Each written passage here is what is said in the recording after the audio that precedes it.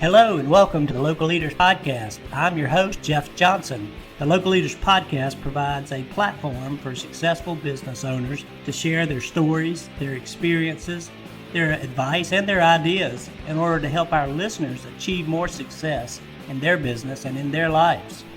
Get ready, another great show is coming up.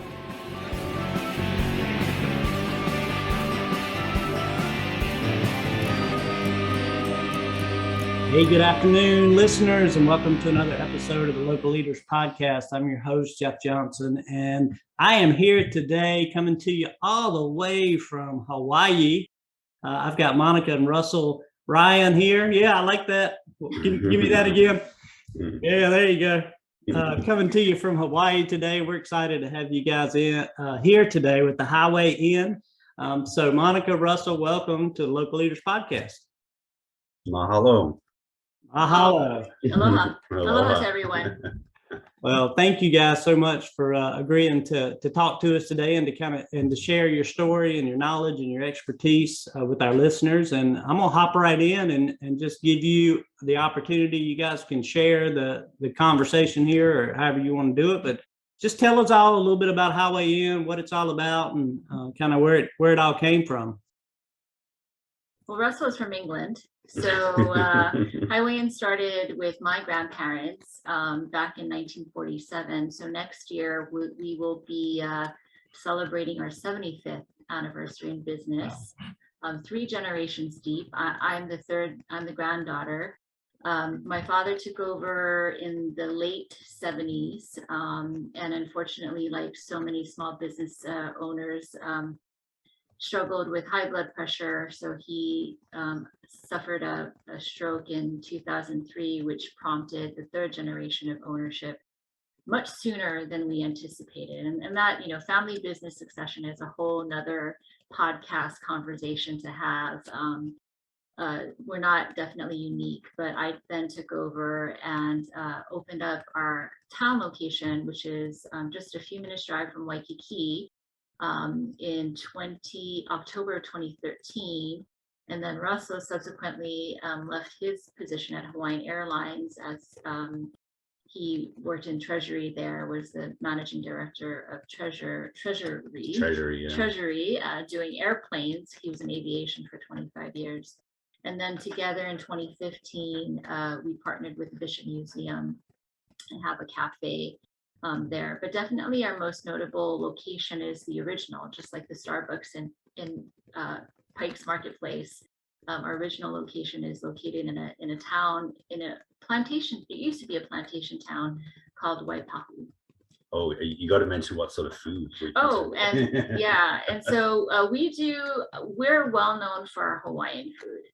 And so, it's a really bizarre thing here in Hawaii that there's not too many Hawaiian food restaurants. And for those of us that are around, many are family-owned businesses. We are probably one of the oldest Hawaiian food restaurants, at least second oldest. One restaurant opened 1 year ahead of us.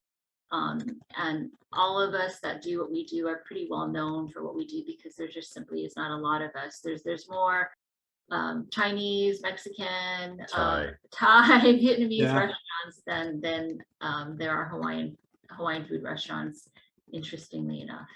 Yeah, in fact, that was part of the strategy of moving to town. When I say town, from the suburbs of Oahu into the metropolis of Honolulu, was the fact that Monica mentioned earlier, I'm from England. One of my first observations was, why are there no good Hawaiian food restaurants in Honolulu? And hence, as a result of that question, we're now today, the largest Hawaiian food restaurant in Honolulu. Yeah, I'm sorry, Monica. I was just going to say that actually surprises me because, one would think, there in Hawaii on the different islands, it would be just chock full of Hawaiian based, restaurants, but that is not true, huh? It's not true. And I think there's also sometimes a misunderstanding of what Hawaiian food is. There's a lot of what we call local plate lunches. I'm assuming all across the country there are local plate, local diners that serve the fare of that specific geographical area. But here we have plate lunches, and typically a plate lunch in Hawaii, for those listening know, it's typically 2 scoops of rice, a protein, and a potato mac salad. That's a plate lunch here in Hawaii, and it's usually like an Asian type of protein, like a teriyaki beef or hamburger steak or something like that. And that's local, and that's really a reflection of our plantation history here in Hawaii, where there are so many different groups of people all over the world that came to work on the plantations. And so we have this very mixed plate we call chop suey, hodgepodge of ethnic cuisine that comes together on a so-called plate lunch. Hawaiian food is very distinctive and very unique, and there's the pre-contact type of indigenous cuisine, and then there's a post-contact, meaning a post-contact Western world, where there are different types of foods that was introduced to Hawaii and then became part of the Hawaiian menu. And it's very distinctive from what we here as local people know as plate lunch. That's really interesting, especially for all of us over in the States that aren't as familiar. I've had the opportunity to come there twice, but I was much younger at that time and not as food savvy. So I'm looking forward to the next opportunity to be able to maybe have some more traditional cuisine when I'm over visiting. So thank you for sharing that. And you guys have, I think you mentioned the one earlier, but you got three locations total. Is that accurate? Yes, we have 2 main locations, one in Waipahu, which is in central Oahu. It's about a 20-minute drive from the Honolulu International Airport going west. There's another resort called Ko'olina that some people might stay at. There's a 4 Seasons there. There's a Disney resort called Aulani, plugging that in there for those very big brands. And then we have our town location, which is close to Waikiki, which has a lot of visitors from all over the world, mostly from the mainland. And then our much smaller operation with a very limited menu is the Bishop Museum Cafe, which is the largest museum in the Pacific. And that museum is very focused on culture and history of the Pacific people. Pacific Islands and Pacific culture and people, but predominantly Hawaiian culture. Yeah. So a really good fit, being being one of the most long-standing Hawaiian food businesses there on the island. So that's really cool, and thanks for sharing that with us and all our listeners. And for those who are listening and not being able to see the video, you can check out their website at www.myhighwayin.com. And I know that comes across a little with a little accent on it. So it's myhighwayin.com. So please check it out. They've got some great information. I like the more section where you've got the history and the frequent diner program and all the other things that you've got going on. So yeah, it's really awesome. So thank you for being here and for sharing. And I'd love to take you guys back and talk a little bit about maybe some of the challenges that you faced over the years, and being a multi-generational business and a family business, that equates challenges. Whenever you introduce the word family and business and put them together, that's always interesting. So, if you wouldn't mind, I know you had thought through that. So would you mind sharing a couple of those challenges and kind of share with us how you guys got around or through those? Yeah, maybe in order to think through those, maybe because Monica has been leading the business since about 2007, was it? Because your sister, to talk about families, was running it from 2003 to about 2007, 2008. So yeah. So Monica transitioned in then, and then there's some challenges there.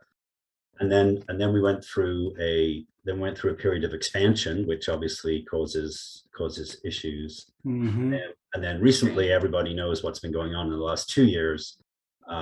So we have those challenges that have been out there. So is that a good way to just quickly address those them in that order? Yeah, that sounds perfect because I'd love to hear more about kind of that transition piece to start with, and because a lot of family-oriented businesses, go through this same thing with having to transition from one family member to the next, taking over and leading the company. So I'd love to hear that, and then one of our big goals is helping independent operators expand their business, whether it be with more locations or adding catering or online or ghost kitchens or any of that kind of stuff to the mix. And then the COVID related challenges Right. are always great to talk about. So that's perfect. You want to let Monica?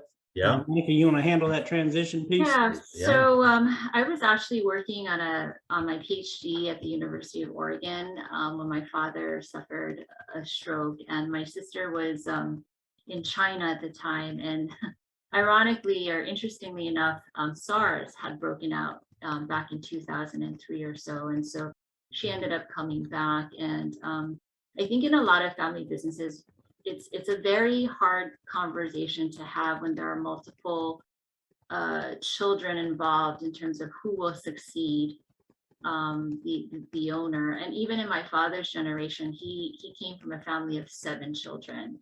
And there were 3 boys in that family and 4 girls, and it was very a gender biased time. Yes.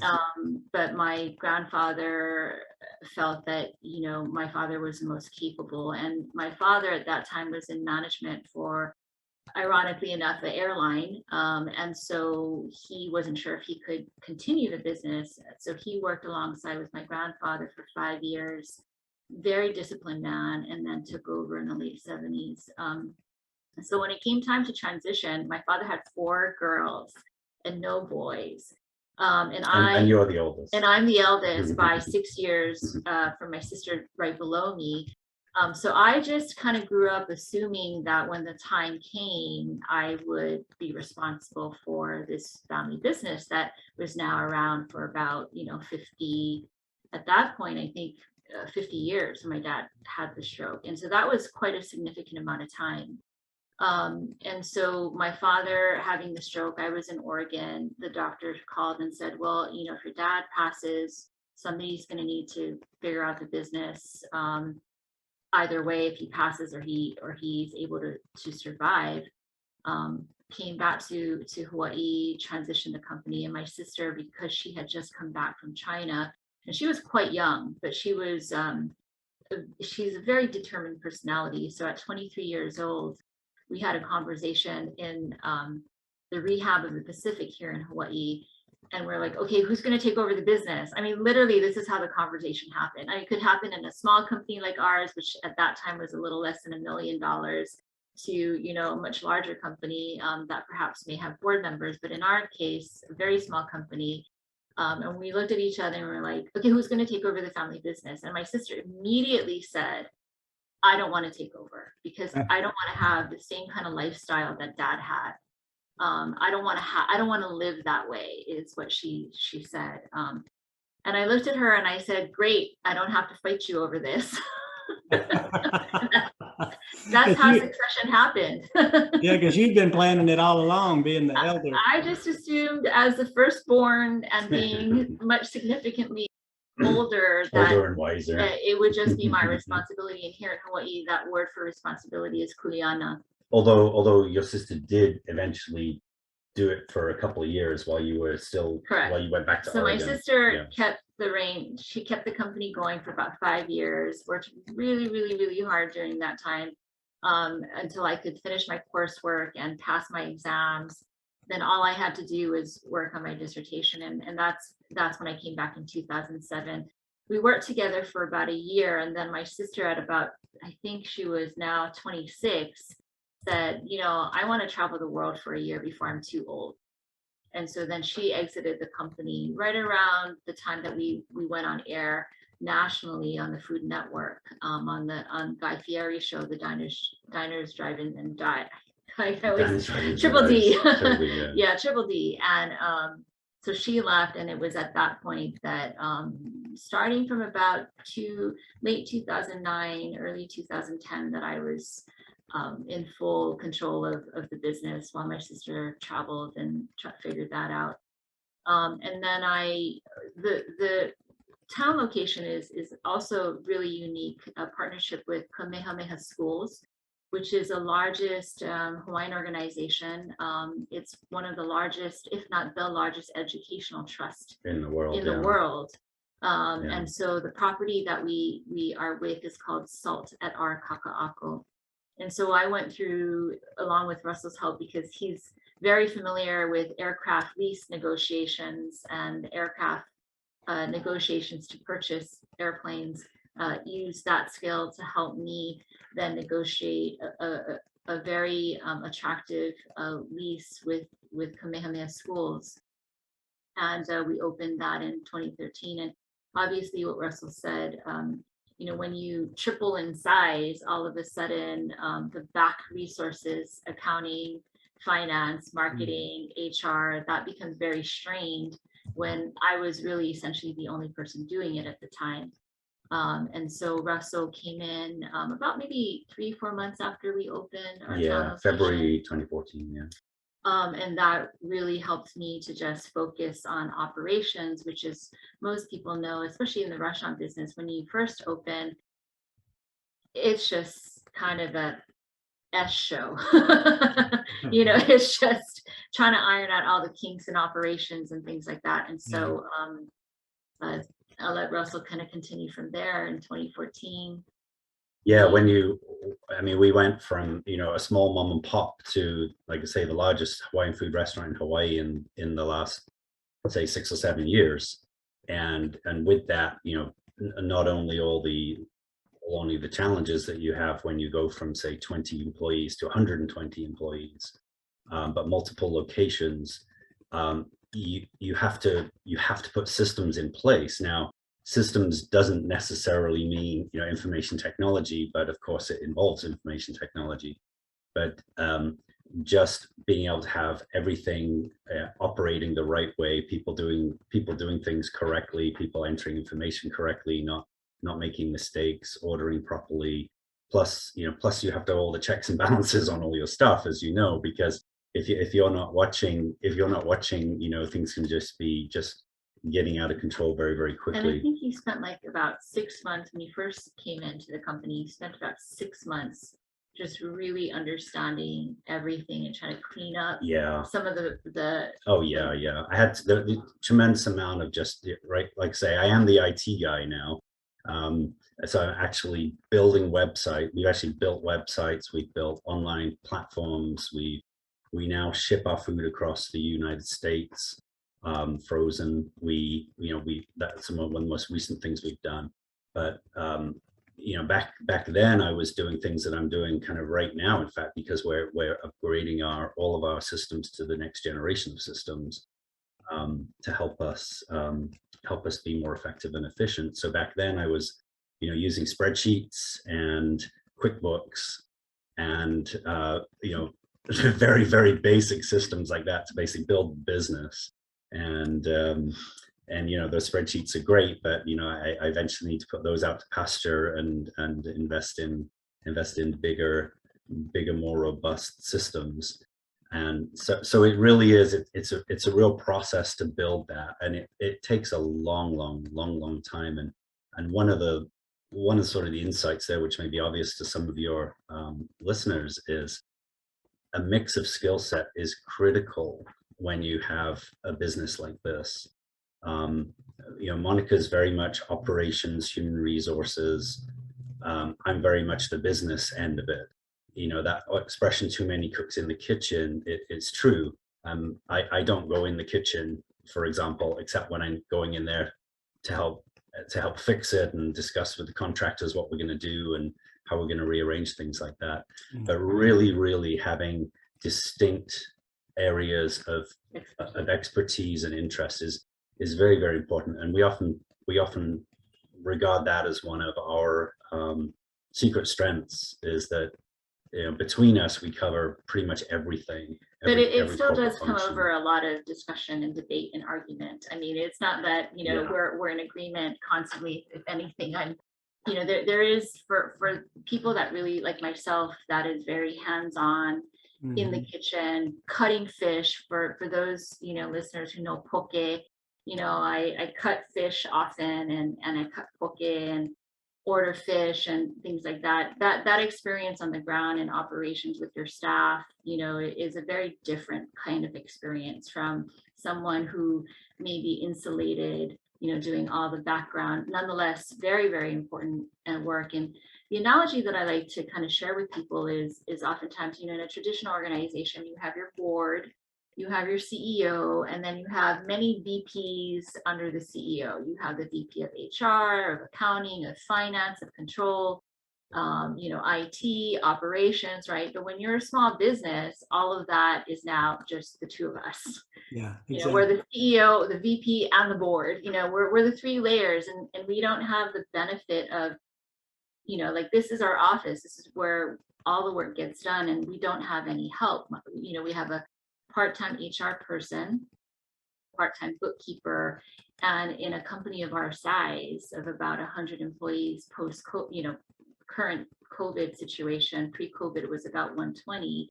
We are essentially doing everything. You want to call the HR department, you're calling me. You want to call the IT department, you're calling Russell. Your bill hasn't arrived, your payment hasn't arrived, you're calling Russell. You know, and that's the, you know, reality. And we are literally living and breathing work every day, all day long. You know, that's the reality of our lives, and we try to find little pockets of enjoyment, especially with our baby, you know, who's now 8 months. But it's But one thing we are trying to do is to step back or step up a layer so that we can have more of a normal life. So we're not having to be in there at 4 a.m. We're not having to be closing up the shop at 11 p.m. You know, we have to build the business such that people can take those roles over, because, you know, you do want to maintain a semblance of a normal lifestyle, because I know a lot of people, they have a hard time making that personal transition away from being, you know, in the trenches, you know, to stepping up one level, and then thinking, I need to have people doing this work for me, and then hence we get back to the reliance on systems and processes, and you know, the ability to, you know, not have eyes on 100% of the time, you know. So that, I mean, that kind of talks, you know, leads into staffing, that we can talk about as one of the challenges. But I think, you know, perhaps people might be interested in the pandemic. You know, the word pivot, pandemic pivot, is quite overused. You know, the past almost 2 years, it's just kind of, you know, Russell often said this a few times, if not many times, through the pandemic, that we have never worked so hard. We've worked harder during the pandemic, perhaps, because of the many challenges it presented, the tremendous reduction of revenue that happened, the uncertainties that happened, the staffing issues that happened, the supply issues, you know, that continue. This pandemic didn't, you know, for some people, they, you know, unfortunately they lost their jobs, you know, but for us, we were actually working so much more harder, just trying to ensure that at the end of all of this, we would still be around to celebrate 75 years. Yeah, the irony for us is that we just launched we mentioned we were out in the plantation town in Waipahu. We just literally ended a project in December 19 of moving that restaurant from a small hole in the wall to a much sort of flagship location, standalone flagship location in that town. And we were only open for 6 weeks. And before then the pandemic. Yeah, 35 years we were at the other location, and and there Yeah. was a change in ownership. And Yeah, so yeah. we ended up moving, and then we opened in late December of 2019, and then Actually, a little longer than 6 weeks. Let's say, unbeknownst more to like us, 10 weeks. Yeah. the pandemic would shut everything down in mid-March. Yeah. Yeah, you had this brand new facility, and suddenly Yeah. the door opened, and then it was closed, right? Exactly. Yeah. And it was, even for us during that time, we felt, and Russell said this too, it's like when the pandemic hit, it was so important pre-pandemic that you had really good relationship with people like the bank and your vendors, and your staff, because those relationships, Right. if you had strong positive relationships with those people, that really helped us to kind of negotiate through, for example, the loan that we had with our bank, Mm-hmm. the lease, our rent that was due to a very large organization like Kamehameha Schools, Right. or other landlord out in Waipahu. Those relationships proved very, very beneficial to us, because we always paid our rent on time. We always paid our vendors on time, prior to the pandemic, and that really served us well. Yeah. When we had to come and ask them for some, leeway. Yeah, that's exactly right. Develop, and again, I learned this in my prior career. Develop liquidity plans, so that you always know if something goes bad, where you're going to get a couple $100,000 in an emergency from. If something goes bad, which we had in place. We had a couple of other fortunate things as well happen to us too. We just installed the largest solar panel installation on a restaurant in the state. Oh, And so we were getting a big tax credit back. So that was very fortunate, because that tax credit came back right at the beginning of the pandemic. And in Hawaii, you actually get cash back. So that helped us. But so we had a liquidity plan.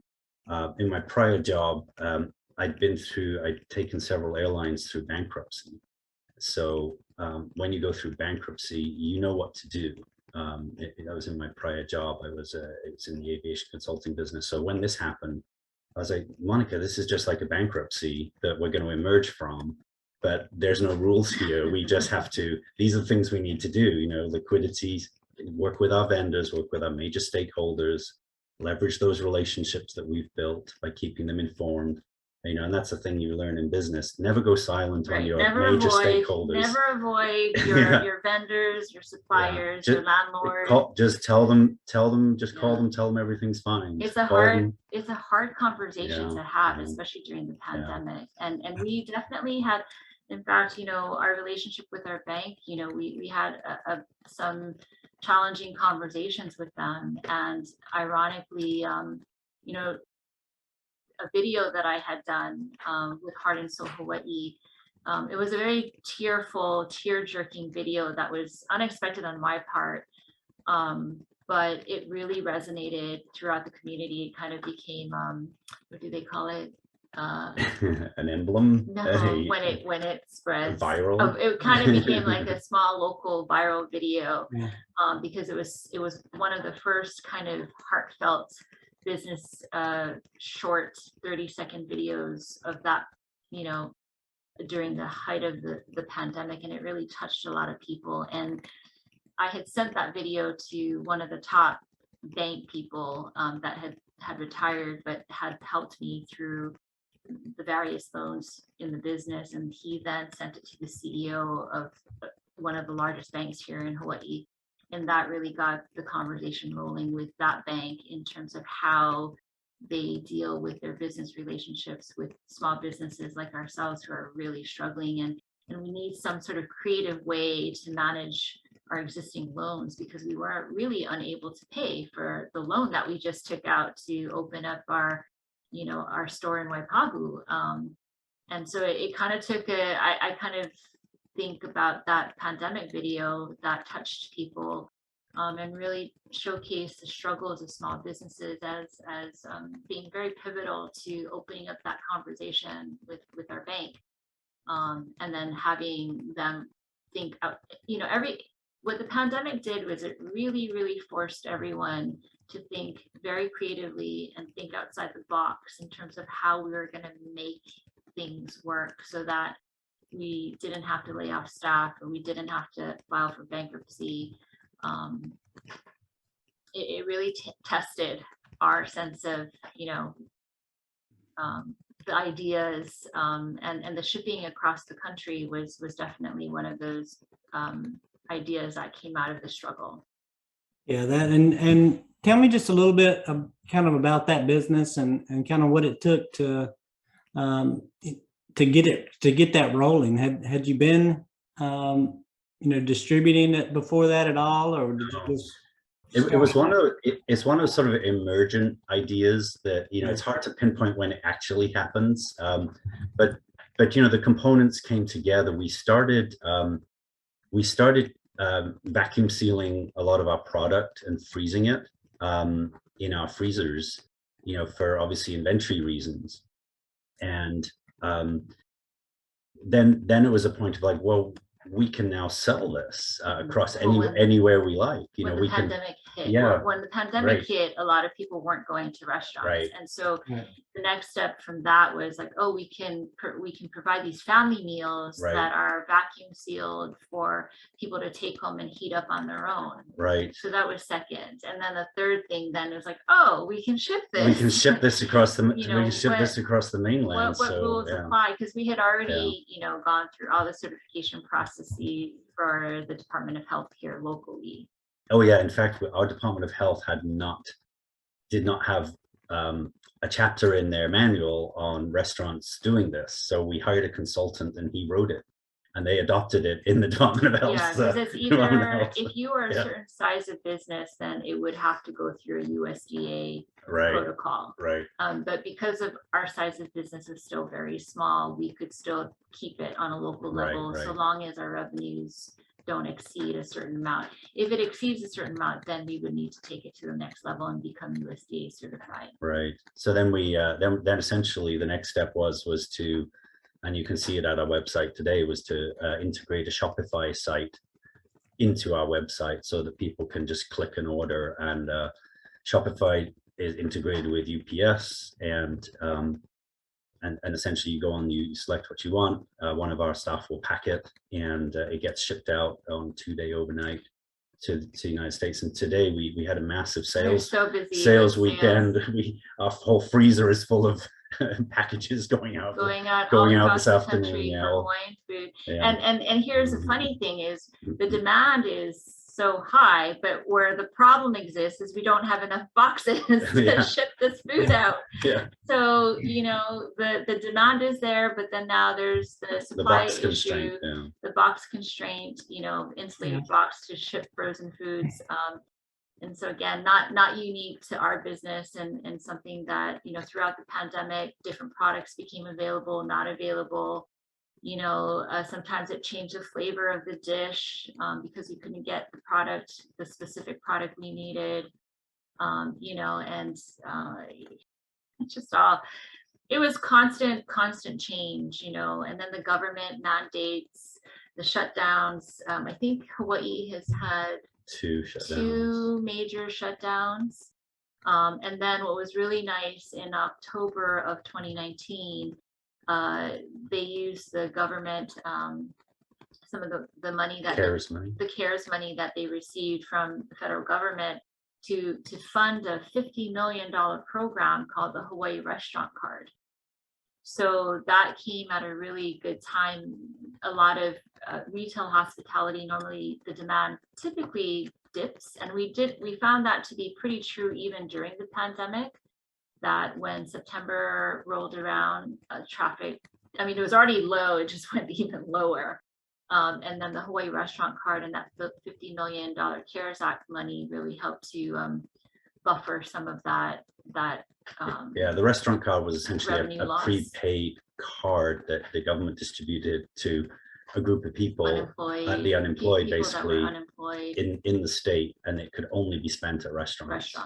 Could not be spent at grocery stores. So it allowed the state to focus some funds into this particular sector. Industry that was hardest hit. Gosh, that's a lot. It is. Yeah. It is. It feels a lot, it feels like, oh my gosh, what did we just go Well, through? the other thing we learned is the language of the government here. So we went from EIDL to RRF to Yeah. PPP Yeah. to ERC.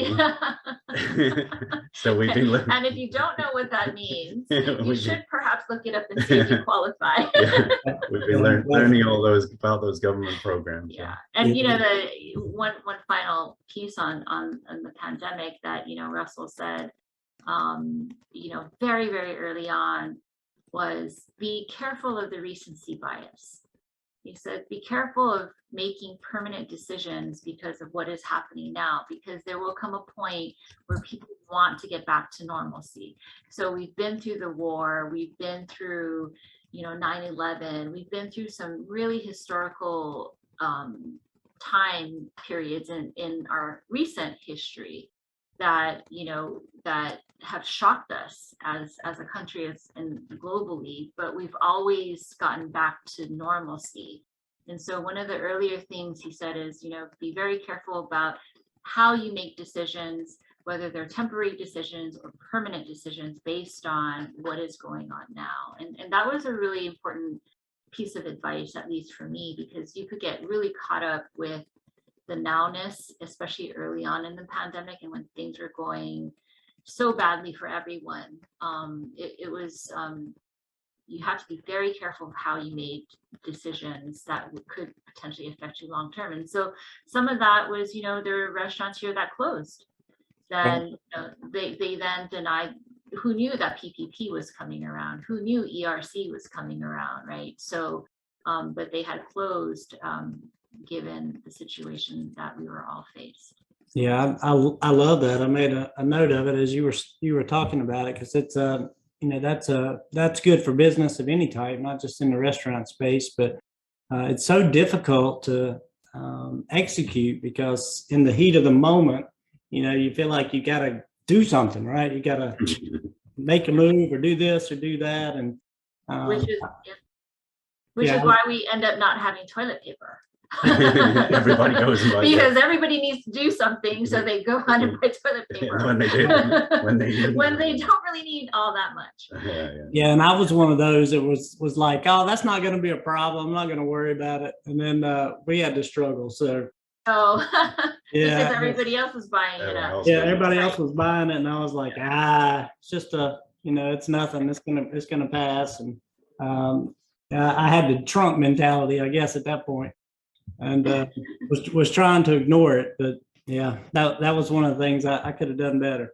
But great advice, great pieces of a lot of different ideas, and and just hearing all the different challenges and obstacles that was thrown up across the history of the business, from transitioning to expanding to COVID hitting as soon as you open up your new location, and then the adoptive component or the creative component, to take it to a distribution business, and now that's expanding.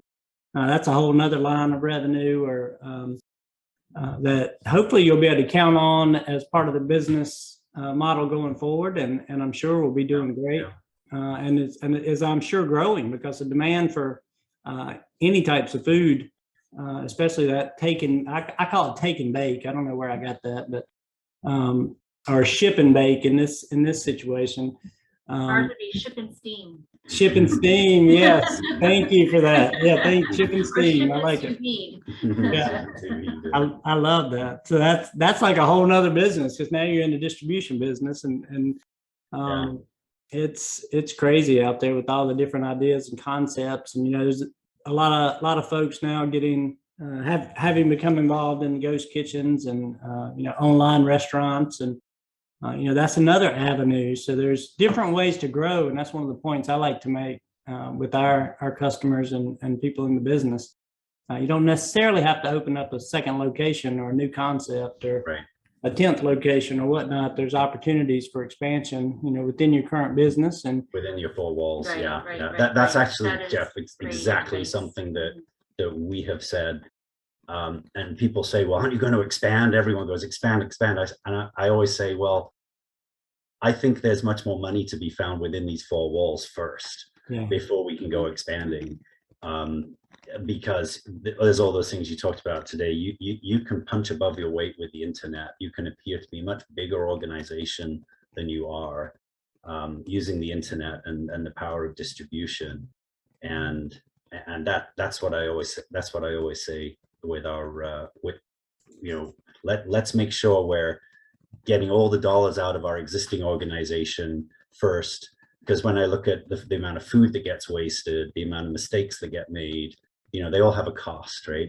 And it's much easier to squeeze a couple $100,000 profit out of your business than open a new location to make $100,000 or $200,000 profit a year. That's sort of our view on it. So our view has always been, finding ways to be more profitable with what we have than, tapping and straining the resources for expansion. Because I get emails even today, when are you coming to Las Vegas? When are you coming to Washington? When are you coming here? And Hawaiian food is pretty difficult because some of the main ingredients can only be grown here, not only be grown, but can be grown in tropical environments like ours. And so it's kind of difficult to grow, for example, taro in Washington State or taro in the desert. Yeah. And those products would all need to be shipped. I did want to make one point that one of the periods of history that we also went through was the Great Recession in 2007, 2000, that time period. Yep. And we had our catering business. And so while we saw our restaurant revenues plummet 2 digits during that period of time, our catering actually was doing like a triple-digit growth. And so even during that time period, we were able to still maintain year-over-year revenues because we had some diversity in our operation. And it wasn't, the catering, it was not so far off. Like, for example, people have baby luau's, which is like a big first birthday party. Here in Hawaii, another thing that we do is we have big high school graduation parties as well, along with the usual weddings and things like that. And so that just having a catering arm in our company served to be very useful during that time period. Now take COVID, and during the pandemic, it was completely the opposite. The catering did absolutely nothing for us. It went down to zero, basically, because we couldn't have social gatherings, or even when things did open up, the gatherings were very, very limited. So, different time periods, different situations, created a different response, different opportunities.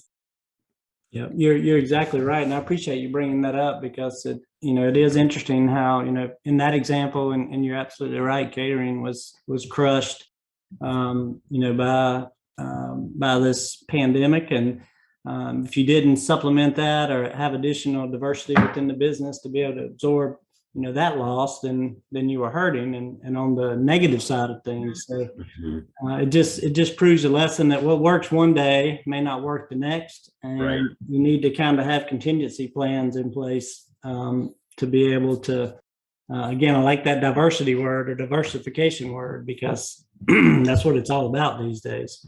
Right. And you guys are a great example of that, and I really appreciate you sharing all those details of those challenges and that history, because I think it's very helpful and very insightful for our listeners to kind of think through and see, and also be inspired by what you've been able to accomplish in building your business as well as you have, and to have the success that you guys have had. It has not come without risk. It has not come without pain and agony. but here you are, Here we are. Well, one of the things I always tell Monica is there are a couple ways to build a brand, and the brand that Monica's family built over the decades is what we're leveraging, because that is very powerful and resonant with people here.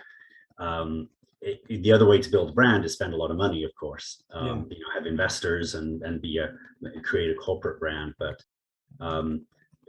we have had the big advantage of having a very beloved, strong local brand that people recognize for decades and generations. So the ability to leverage that is really important. So there's also a lesson there, is recognize what you've got that's a strength, and leverage that way you can. It's very hard to build a brand out of thin air.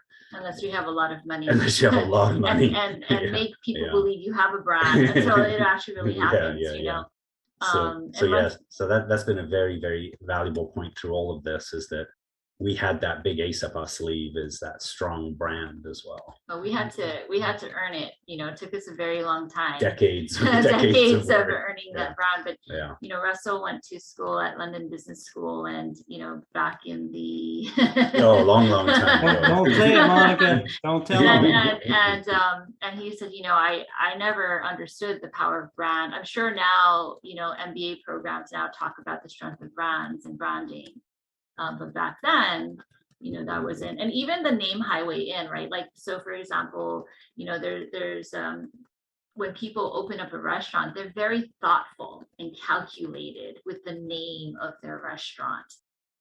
Back in the 40s, branding and brand was, people didn't have a lot of money. They were struggling to achieve the American dream, like my grandparents, and everything was pretty practical. And so people are like, why is your restaurant named Highway Inn?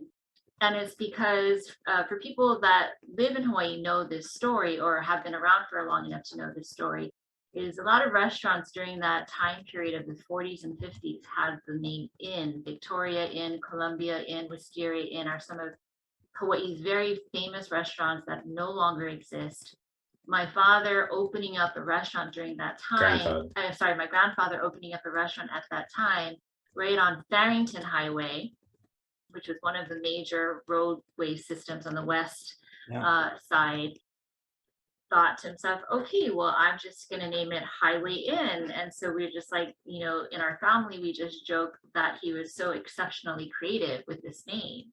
But now, 75 years later, people are like, how did you get that name Highway Inn?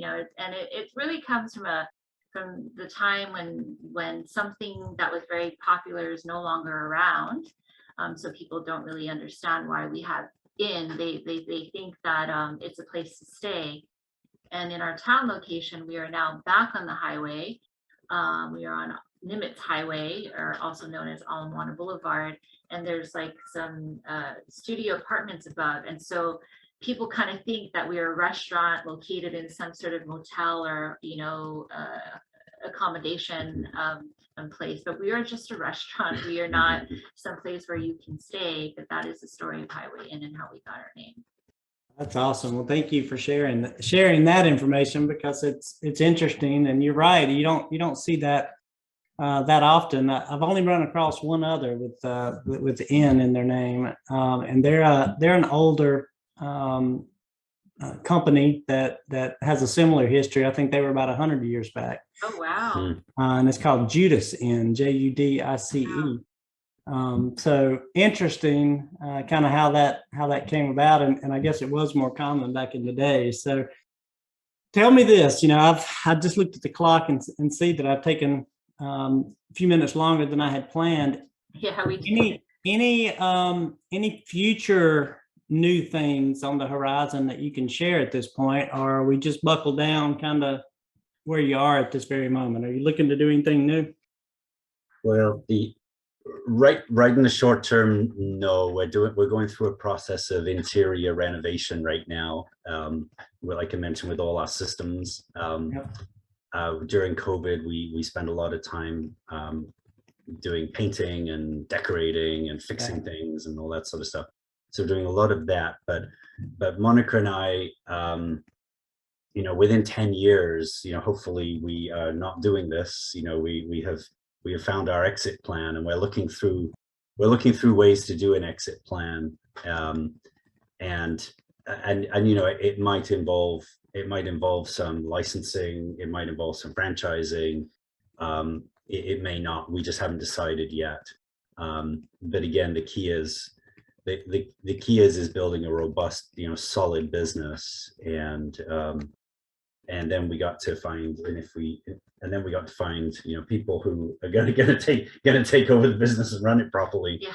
Yeah. So I think nothing that's- defined right now. That's the biggest challenge Yeah. right now for us is, you know, succession. You know, so we Yeah. started off with succession, we're ending with succession, right? Yeah. For a company, you know, that's been around for 75 years, that conversation will still be a conversation that Russell and I will need to work on and plan for. Succession doesn't happen overnight. It is really, you know, could be a 10-year process, for example.